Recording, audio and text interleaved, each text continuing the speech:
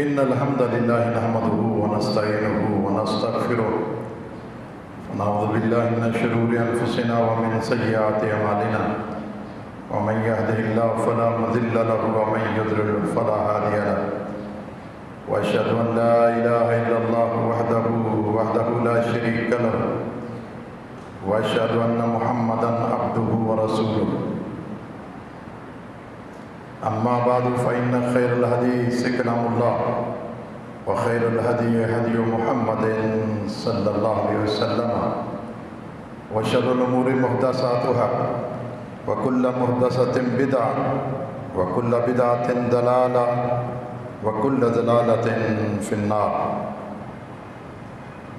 اللهم صل على محمد وعلى آل محمد كما صليت على إبراهيم وعلى آل إبراهيم إنك حميد مجيد. اللهم بارك على محمد وعلى آل محمد كما باركت على إبراهيم وعلى آل إبراهيم إنك حميد مجيد.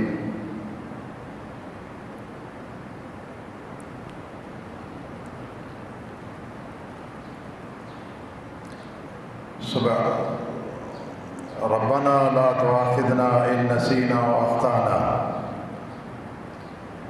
سبحانك لا علم لنا إلا ما علمتنا إنك أنت العليم الحكيم. رب اشرح لي صدري ويسر لي أمري واحلل عقدة من لساني يفقهوا قولي. اللهم زدني في علمي. أعوذ بالله السميع العليم من الشيطان الرجيم. بسم الله الرحمن الرحيم. الذين إن مكناهم في الأرض أقاموا الصلاة وآتوا الزكاة وأمروا بالمعروف ونهوا عن المنكر ولله عاقبة الأمور. ہر طرح کی حمد و ثنا اللہ وحدہ لا شریک کے واسطے، جس اللہ تعالیٰ نے پوری زمین کو بنایا ہے اور اس میں انسانوں کو بسایا، اور انسانوں کو بسانے کے بعد اس رب تعالیٰ نے اس دنیا کے امن و امان کے لیے،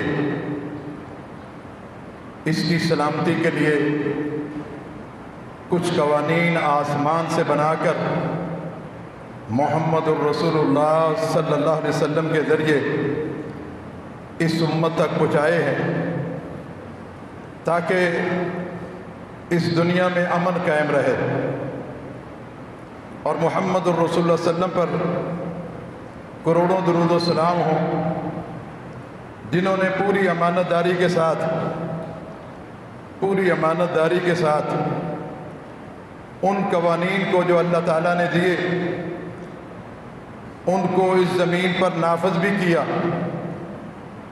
اور اپنی امت تک پہنچایا بھی ہے.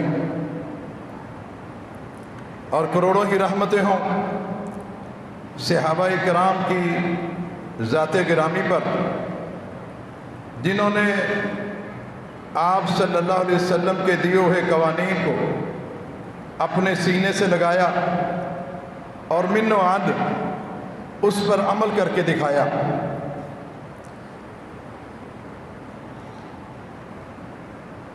وہ قوانین جو اللہ تعالیٰ نے دنیا والوں کے امن کے لیے بھیجے ہیں، ان قوانین کو اگر یہ دنیا والے اپنا لیں تو یہ روزانہ کے فتنے، یہ ہنگامہ آرائیاں اور یہ توڑ پھوڑ کچھ بھی نہیں ہوگے. اس لیے کہ ہم ان قوانین سے جو رب تعالیٰ نے قوانین دیے ہیں، جو عدل پر مبنی ہیں، جو مساوات پر نہیں عدل پر مبنی ہے، ورنہ سارے یہودی، سارے عیسائی وہ یہی چاہتے ہیں اور ان کا نعرہ یہی ہے کہ مساوات ہونی چاہیے، برابری ہونی چاہیے، اور یہ نعرہ بہت اچھا نظر آتا ہے، لیکن یہ نعرہ یہ دین کے مزاج کے مطابق نہیں ہے۔ اللہ تعالیٰ نے اگر مساوات رکھنی ہوتی تو پھر سب کو گورے بنا دیتا، پھر کسی کو کالا نہ بناتا، اور اگر مساوات ہوتی جس طرح یہ چاہتے ہیں کہ مساوات برابری ہو، پھر سارے صحت مند ہوتے، کوئی بھی بیمار نہ ہوتا، یا سارے بیمار ہوتے، کوئی بھی صحت مند نہ ہوتا، سب ایک قد کے ہوتے، سب کے چھوٹے بڑے قد نہ ہوتے۔ یہ مساوات کا نعرہ، برابری کا نعرہ، یہ بہت اچھا لگتا ہے، لیکن دین نے برابری کا نہیں بلکہ عدل کا کہا ہے۔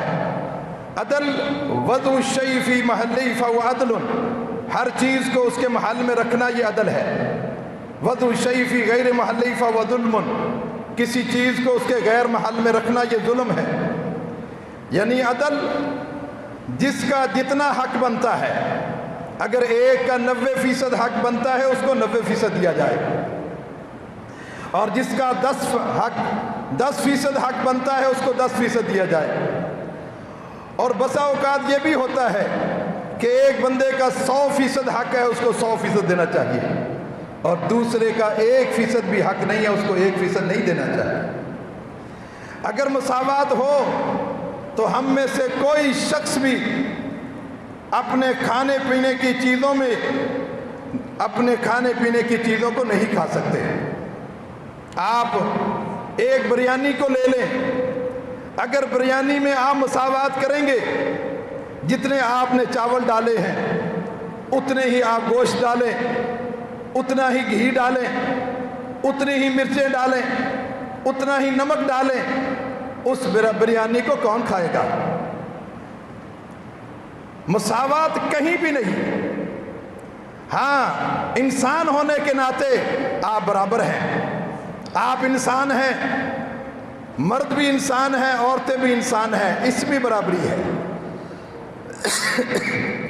ورنہ کسی کے حقوق کے حوالے سے برابری نہیں ہے۔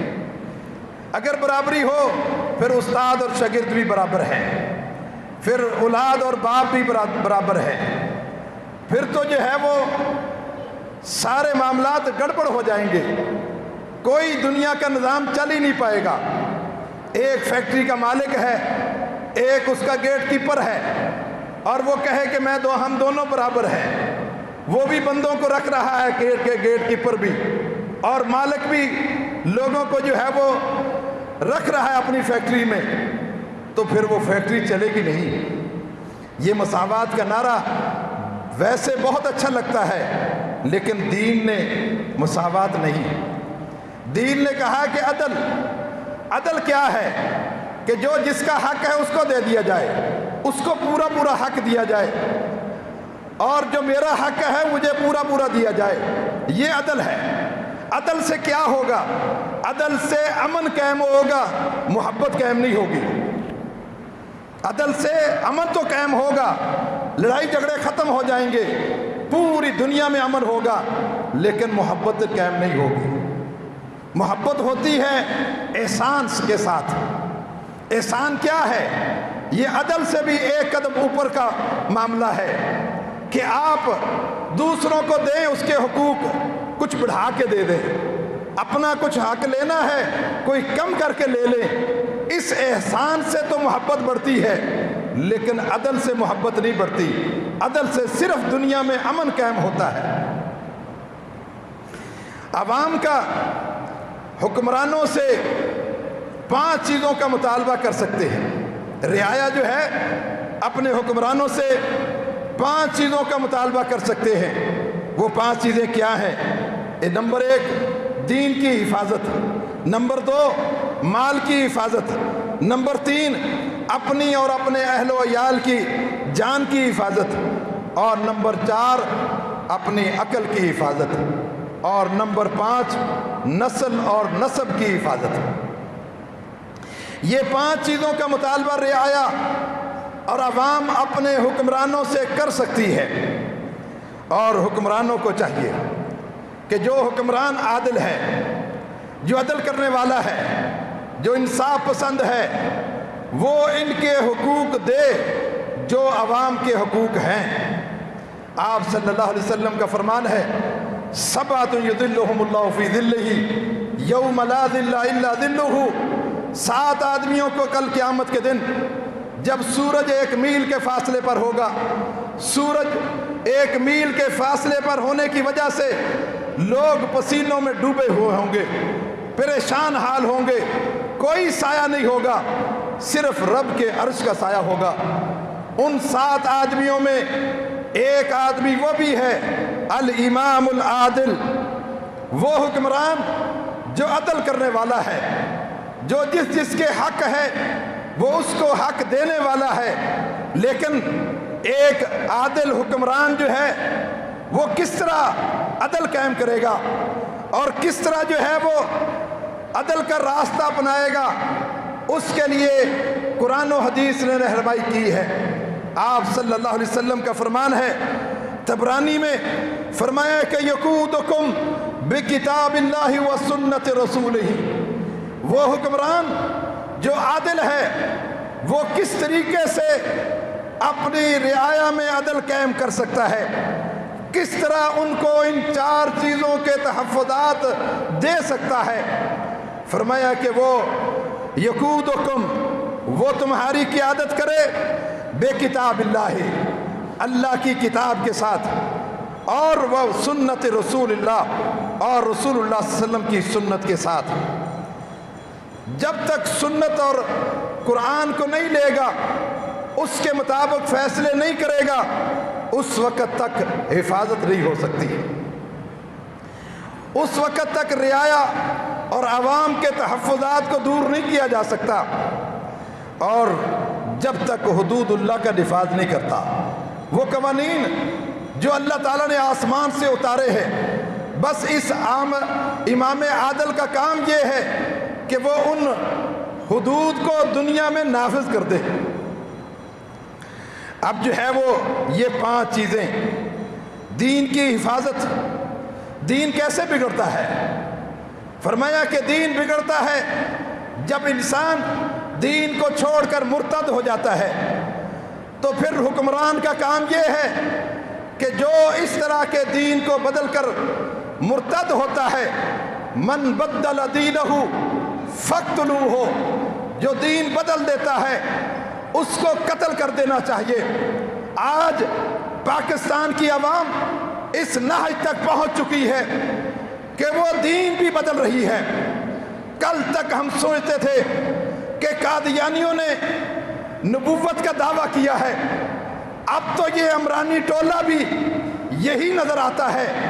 بہت ساری خواتین سوشل میڈیا پر یہ کہتی ہوئی نظر آتی ہیں کہ لا الہ الا اللہ عمران خان، عمران خان، یعنی لا الہ الا اللہ کے بعد محمد الرسول اللہ ہوتا ہے، لیکن انہوں نے محمد الرسول اللہ کو حذف کر کے عمران خان کو وہ مقام دے دیا ہے، اور وہ آپ سوشل میڈیا پر دیکھ ہی رہے ہیں کہ کس طریقے سے وہ اس میں غلو کر رہے ہیں۔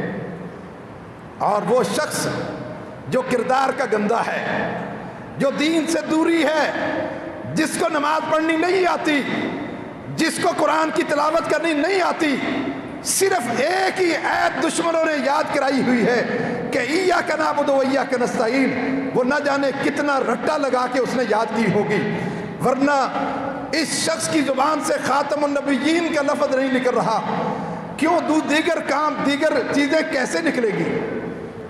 ایسے شخص کو نبی کا مقام دے رہے ہیں۔ فرمایا کہ دین کی حفاظت یہ رعایا کا معاملہ ہے، یہ رعایا کا تحفظ ہے۔ حکمران کو چاہیے ایسے لوگوں کو جو دین میں جو ہے وہ ارتداد کو اختیار کرتے ہیں، ان کو سزا دے کر وہ سزا جو اللہ نے نافذ کی ہے کہ فاقتلوہ ہو، اس کا اس دھرتی پر کوئی جگہ نہیں ہے، اس کو قتل کر دیا جائے۔ اسی طرح اگر کوئی شخص جو ہے وہ عقل کی حفاظت، عقل کس سے خراب ہوتی ہے؟ عقل خراب ہوتی ہے شراب سے۔ شراب نوشی سے حکمرانوں کو چاہیے کہ اس شراب نوشی کو بند کیا جائے، کہیں سے شراب ملنے کے امکانات نہ ہو، لیکن یہ حکمران تو ان کی سرپرستی میں، پولیس کی سرپرستی میں ہر چھوٹا بڑا، بوڑھا جوان، مرد عورت آسانی سے شراب کو لے سکتے ہیں۔ آپ جائیں یہ نئی آبادی کی طرف، وہاں ایک شراب خانہ موجود ہے جہاں ہر ٹائم لوگ شراب لے کی بوتلیں لے کے جاتے ہیں، اور یہ عوام کا حق ہے کہ وہ حکمرانوں سے کہہ سکتے ہیں کہ یہ عقل کو جو چیز خراب کر دیتی ہے اس پر پابندی لگنی چاہیے۔ اگر کوئی شخص شراب پی لیتا ہے تو اس کو سزا ملنی چاہیے، اور اس کی سزا حدود اللہ تعالیٰ نے بیان کیے ہیں کہ جو شراب پیتا ہے اس کو کیا سزا ملنی چاہیے۔ اسی طرح اور عوام کی طرف سے ایک، کیونکہ نسل اور نسب اس کی حفاظت، یہ بھی حفاظت گورنمنٹ کا کام ہے۔ نسل اور نسب کب تباہ ہوتا ہے؟ جب عوام میں، قوم میں زناکاری عام ہو جاتی ہے۔ زناکاری سے نسلیں تباہ ہو جاتی ہیں، خاندان تباہ ہو جاتے ہیں، خاندانوں کے نام مٹ جاتے ہیں، اس لیے کہ یہ زناکاری نسل اور نسب کو ختم کر دیتی ہے۔ اور اسی طرح جان کی حفاظت، اور جان کی حفاظت جو ہے، جان کس طرح اس کی حفاظت، وہ جان کیسے تلف ہوتی ہے؟ جان تلف ہوتی ہے قتل سے، اور جان سے مار دینے سے یہ جان ختم ہو جاتی ہے۔ حکمران کو چاہیے کہ ایسے لوگ جو کسی کی جان کے درپے ہیں، کسی کو قتل کرتے ہیں، تو جو اللہ نے